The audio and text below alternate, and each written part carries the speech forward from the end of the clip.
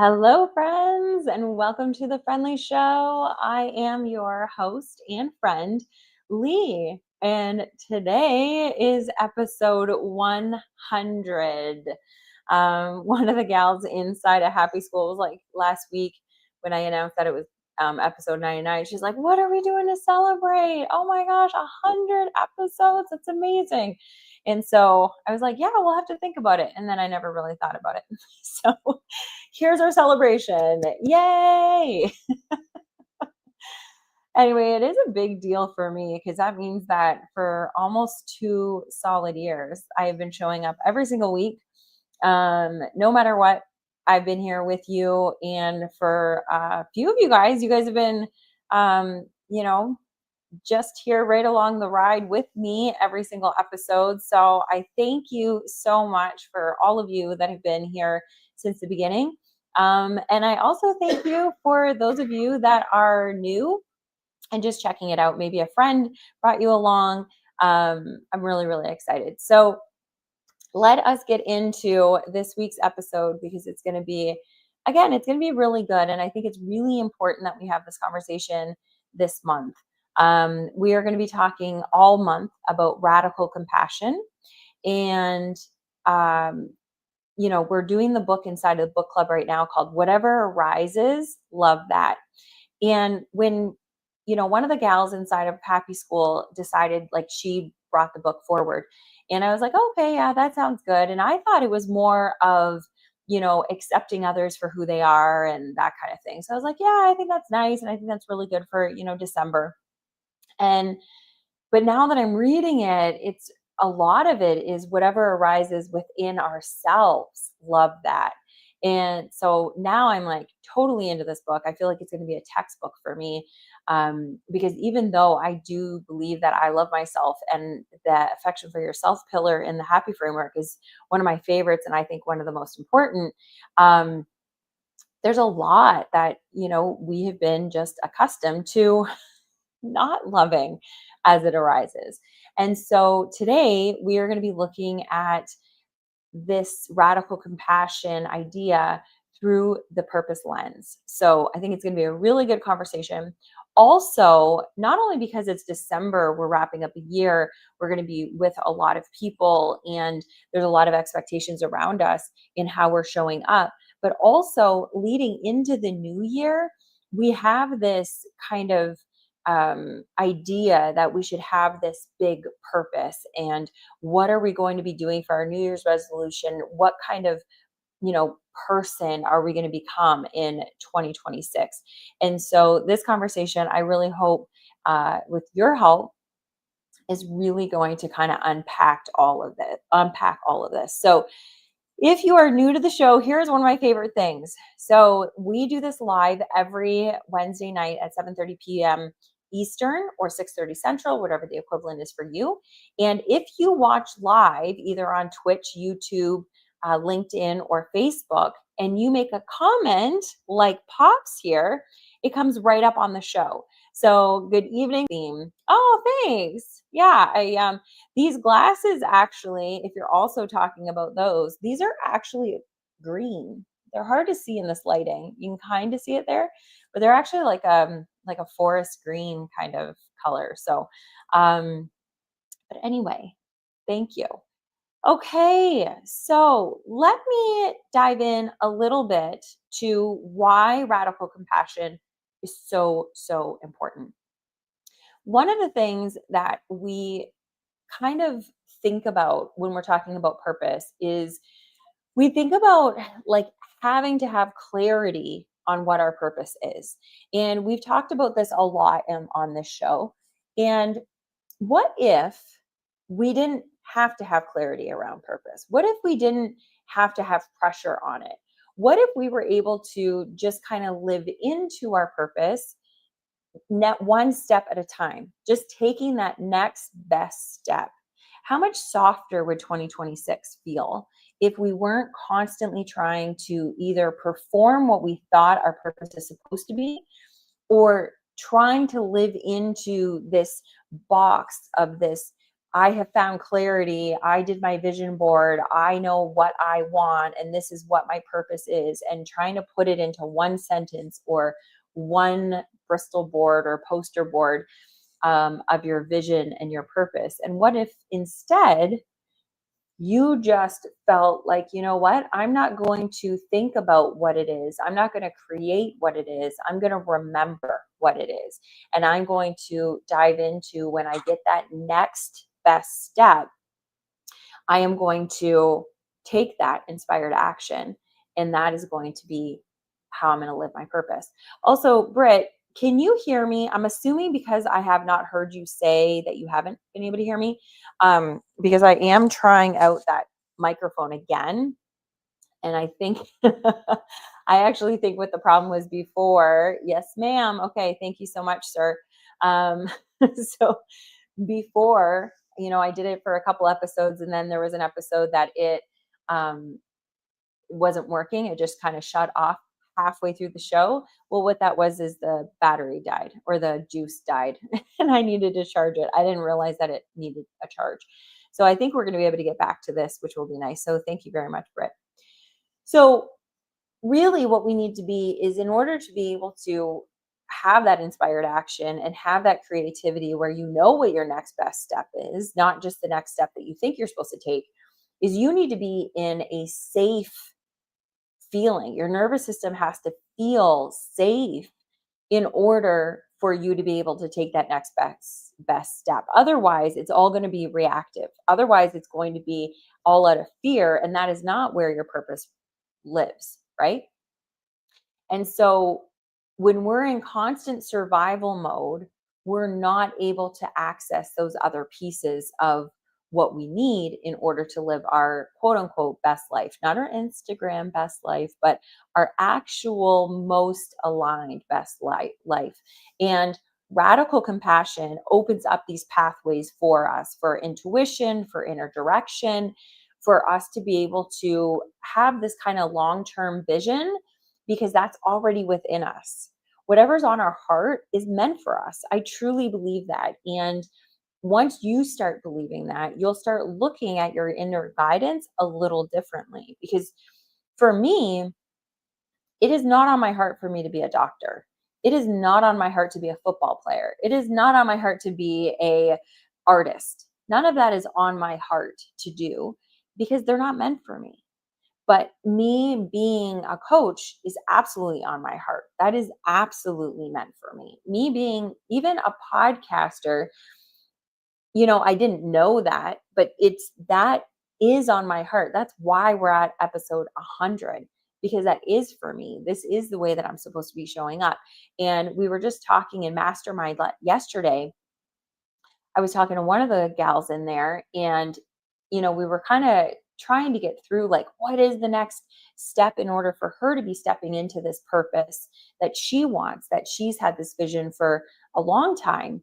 And she's like, I think I need to research more. I need to figure this out. And really the truth of the matter is that she just has to start doing it. And Britt, you'll appreciate this because I learned this from Mel, is you need to start messy. And you need to just start. And it's not going to look pretty. It's not going to be perfect, but it is going to be that first step. And when you take that first step, then the next step reveals itself, right? And so purpose is quiet. Purpose is something that is there for you to access if you want, if you're quiet enough to see it. Self-criticism is loud. Self-criticism is going to jump every time you take that first step and say, are you sure that's the step you're supposed to be taking? Are you sure this is for you? Are you sure you're good enough for this? That is loud. And what radical compassion does is it quiets the noise. It quiets that self-criticism. When you hear is this for you? Are you sure? Are you good enough? Your compassion says, yes, I can do this. You're good enough. It's that inner cheerleader. And that's what we need in order to be able to reveal our purpose or our next step. And the other thing that we want to do is we want to stop having this kind of mission statement. You don't have to have it all in one sentence. You don't have to be, what is my purpose? Oh, here it is. It's just a way of being, and you know what that is for you. Okay. So going into 2026, when you're making whatever it is that you make, whatever, if you make a New Year's resolution, if you make goals, if you make the declaration that I'm not making any goals, whatever it is for you, think about just how you want to show up, how you want to feel, how you want to be in this world. And it's not because you want to look a certain way online, it's how do you naturally want to show up? And instead of saying, what should I be doing? Instead, you want to start thinking, who am I when I'm not at war with myself? Who am I when I am not trying so dang hard? Okay. So not what should I be doing, but who am I truly when I'm not trying to live up to other people's expectations, or even my own expectations. And so purpose really becomes clearer. We want this clarity, but instead of making the clarity, our purpose becomes clear when we stop demanding clarity. I'm going to say that one more time. Our purpose becomes clearer when we stop demanding clarity, which sounds super opposite, right? Counterintuitive. That, like, well, no, how is that going to, how am I going to find clarity or become clear on my purpose unless I really demand of it, unless I really try? You don't have to. It will start on, like, revealing itself, unveiling itself for you if you can quiet yourself enough to be able to see that next step. And another thing that I've been thinking a lot about is, I believe that things happen for a reason. I truly do. But one of the things that I try to force, which is not good, is I try to force finding that reason while I'm in the thick of it. While I'm doing the thing, I try to think, oh, okay, well then, this is must be why this is happening. This is what my purpose is, or this is the next step that I'm supposed to take because of this. And a lot of the times we can't. A lot of the times we can't see what the reason is that we're doing the things that we're doing right now, if it's inspired, until we're like 5, 6 steps out. And then we're able to kind of look back and be like, oh my gosh, that's why I said yes to that opportunity. That's why I, went to this event. That's why I started talking to this person. And you might not see any of those things lining up until you're 5, 6, maybe 10, 12 steps ahead. And then you're like, wow, everything's starting to come together. Purpose is becoming clearer to me instead of us demanding clarity from the beginning.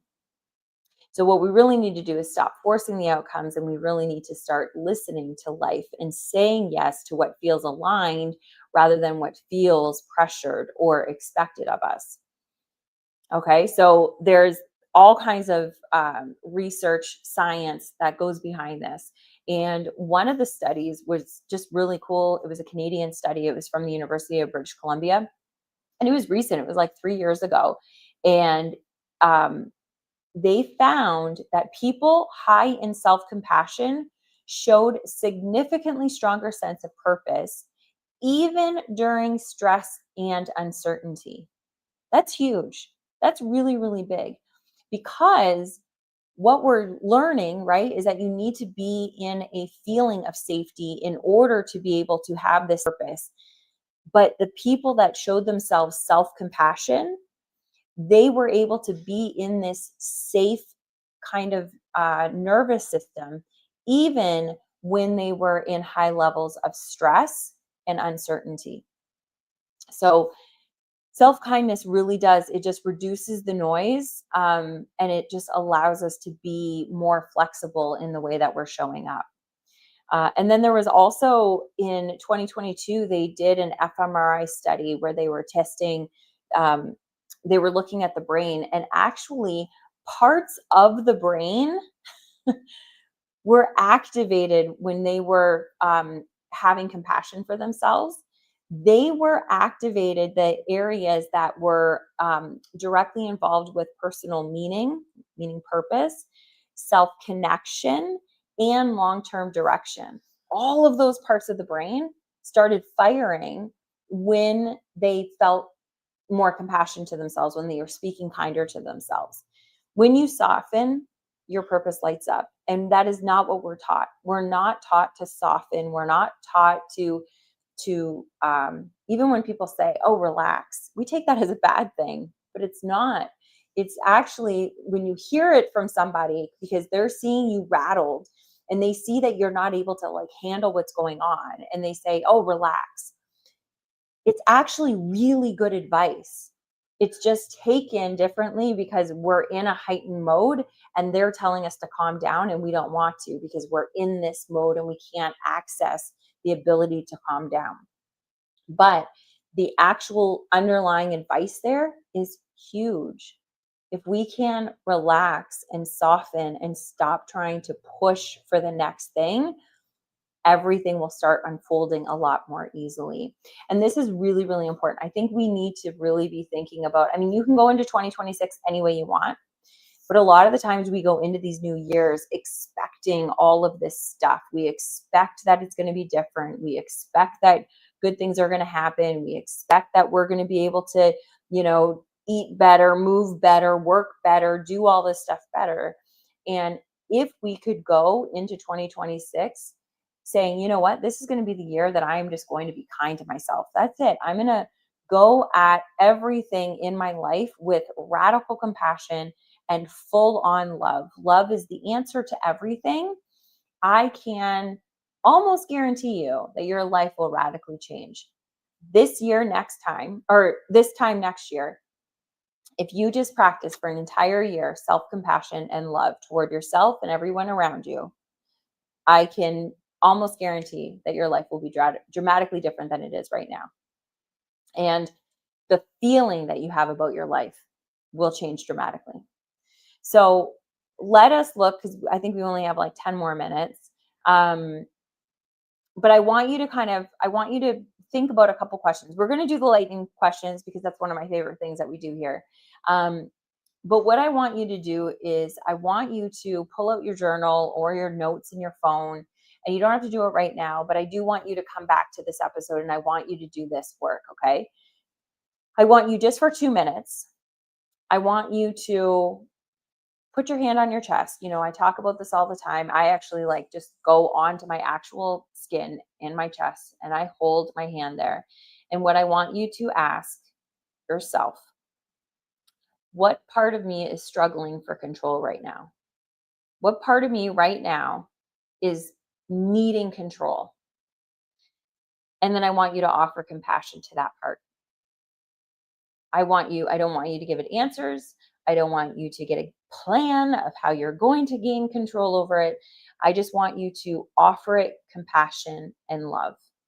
And then I want you to ask, if I didn't force anything, what would feel like the next kind step? And the reason why we need to be asking ourselves these kinds of questions, especially when we're journaling, is we have the answers inside of us. And so if we ask the right questions, we can get the right answers. If we ask, what is wrong with me? Your brain is going to give you all of the answers of what is wrong with you. I can promise you, it can find it. If you want to find out, why can I never get ahead? Your brain will find all the answers to tell you why you can't get ahead. But if you ask yourself questions like, if I didn't force anything, what would feel like the next kind step? Your brain will come up with the answer that, oh, yeah, this would be the next best step. Listen to it and then take action on it. When we ask more constructive questions that are going to be aligned with the answers that we want to put us in the direction of where we want to go, you will get those answers. But you will always get answers to the question you ask. So the more that you get really clear on the questions that you're asking, to be kind to yourself when you're asking those questions, not why am I so fat? Why am I so lazy? Does nobody like me? Why can I never do this? If you ask those questions, you will get the answers. And it's not to say that those answers are true. You will just get answers to answer that question. But if you ask questions that are going to get you to that next step, you will find that answer to that next step.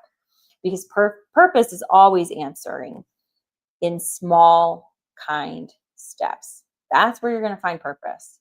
You're not going to find it by asking, what is my purpose? I need to gain clarity on this. And it's going to give you this big overarching. It's not. It's going to give you the next nice thing that you can do. So let me go ahead and I'm going to just pull up here Mr. Chat GPT. How do I get into that? I know the internet's working, so I don't know why this isn't working. Okay, here we go. So what I want to do is I want to get you a couple questions, and I got ChatGPT to ask the questions. That way I could also play the game. So I'm just going to grab the first three. I have not read these. I don't know what they are. And I'm going to put them inside of here. And I'm going to number them 1, 2, and 3. And then we're going to answer them together. So if you are new to this show, this is what we do at the end of every show. It's get to know your friends on the Friendly Show. And I'm going to put each question out, and then all you do is answer one, and then you give your answer, push enter, put it out there so it can start being a conversation. And then you can answer number 2, then you can answer number 3. I will be giving you mine verbally. And if you're watching this in the replay, play along anyway. And I'm always the one that is reading and commenting on all comments that are in this show. So go ahead and do that. So number 1 is, where do you feel the most pressure to figure out your purpose, and who taught you that pressure? Ooh, that's a good one. Okay. So number 2, let me get that question. And number 2 is, if purpose could only be found through gentleness, what would you need to unlearn? Oh, that's a good one too. And then number 3 is, what part of your life feels like it's trying to naturally unfold, but you keep interfering? Oh man. Okay. Thanks, ChatGPT. You hit it out of the park today. I love all 3 of these. So the first question, I'm just going to see if any of you guys started answering already. No. Okay. So for the first question, it was, where do you feel the most pressure to figure out your purpose, and who taught you that pressure? Okay. So where do you feel the most pressure to figure out your purpose? I think the most pressure is, for me personally, is figuring out my purpose of like how I'm going to make money through my purpose. That's where I feel like there's the most pressure. The things that I do, I don't feel pressure at all in stepping into what I'm doing.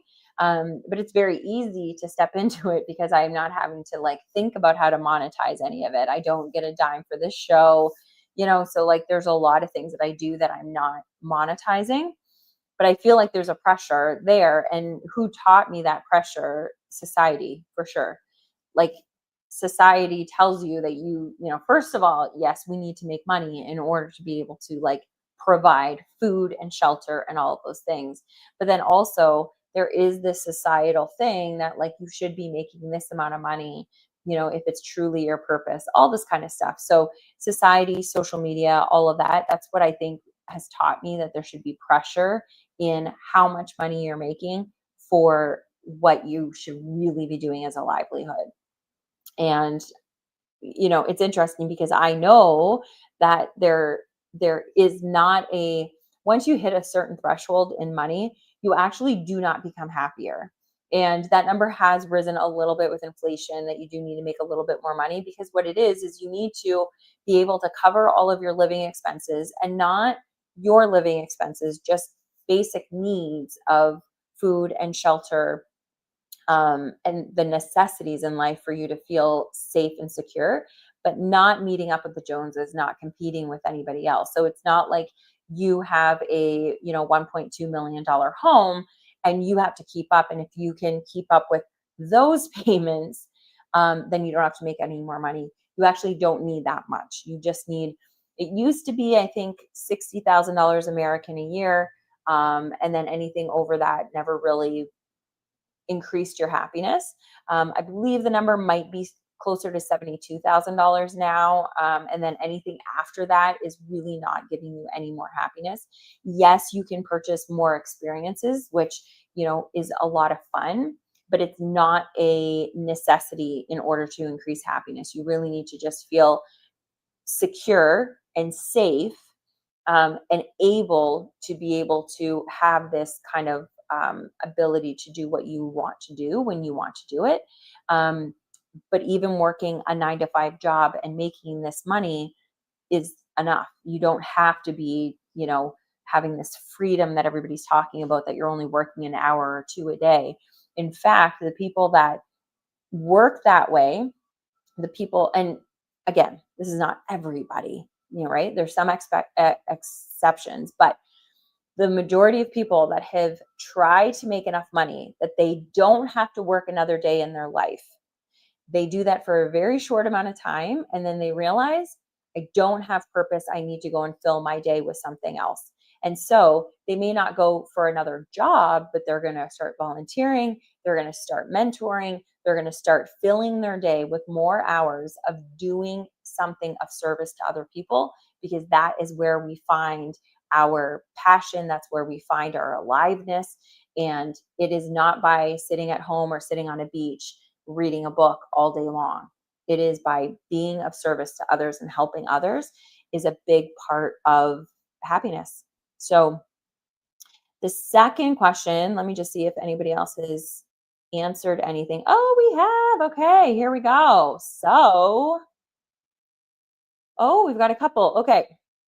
So Pop says, my life in relation to disability, life taught me this. So that is okay. So the question was, I'm just going to reread it. Where in your life you feel most pressure to figure out your purpose, and who taught you that pressure? Okay. So Pop says, my life in relation to the disability, life taught me this. Okay. So this is really good. So knowing that you have a disability, knowing that you have physical limitations to what you can do, how much time you can spend. I know, Britt, with you, it's how much time you can actually stand and do the things that you want to be doing. So life taught you this. That's fine. But this is a really good opportunity for you to be able to soften a little bit and quiet a little bit and say, what is the next kind step that I can be taking? And really just listening to yourself and then taking that next step, instead of either trying to push it or resisting it, because you know that you have this limitation of what your expectation used to be before the disability, right? So again, I don't have all the answers. I don't really have many of the answers. I know that you have all the answers, right? You know your entire situation. So that is an invite for you to kind of soften around that and see. So then the second question is, if purpose could only be found through gentleness, what would you need to unlearn? For me, I would have to unlearn. I have been a kind of type A, that it's like goal, check it off, and then move on to the next thing. And this constant moving to the next thing, I need to revel in the journey a little bit more for me. Pop says, reacting. That's a really good one. Again, we can only really do that when we're slower, right? So that's really, really good. And then, okay, so this LinkedIn user, I'm sorry, I don't get to see who you are. It just says LinkedIn user, but hello. For the first one, says, where are you feeling like you have to have you're feeling pressure to find your purpose, and it's in your career. So similar to what I was saying. And they say teachers, I suppose, kind of put that into you. So am I assuming that you're a student right now? Or are you not a student? Are you graduated and you're still having that you need to find your purpose through your career? And then the last question was, what part of your life feels like it's trying to naturally unfold, but you keep interfering? For me, it really is this happy school. It just keeps evolving even when I'm not kind of doing a lot with it. And then I'm trying to like fit it into this box of where I think it should be or what we should be doing. And I just had that conversation again in Mastermind yesterday. And I was like, I need to just let this unfold the way that it is naturally going. So that's for me. Pop says, just having a simple and peaceful day to day existence. That is beautiful. Okay. So that's kind of what you feel like is naturally unfolding, because that's awesome. For me, I really do believe that that's a huge one, Britt, is that we interfere with that the most, because that is what we're meant for. We're meant to live a more peaceful day-to-day existence. So that is wonderful. Oh, Heather, hello. Hello, hello. Okay, awesome. Okay, so those are beautiful. We are going to wrap up. Heather, I didn't get the other questions answered from you. I just got number one, which is totally fine, but we are going to log off. But please go ahead and answer those two, the last two, either for us in the comments, and I will check back and reply to you, or you can just do it on your own. But I think they are really important questions for us to be asking, especially as we're going into the holiday and especially going into this new year. When we say new year, new me, let's do new year, true me. Like, let's just be who we are and not trying to be anything else. Just remember and come back home to ourselves. And the only way we're going to be able to do that is through radical compassion. So make sure that you come on back next week, next Wednesday. We're going to be talking about radical compassion again. We're going to be talking about partnerships. And this is especially in December is going to be super, super important. So make sure you bring a friend, come on along with us. And there will be tips and tricks and things that we really need to be doing in order for us to have radical compassion with all the people that we're going to be coming into contact with this month. I love you guys so much. Thank you for being here. And I will see you next week, or I will see you tonight in Happy School. Bye.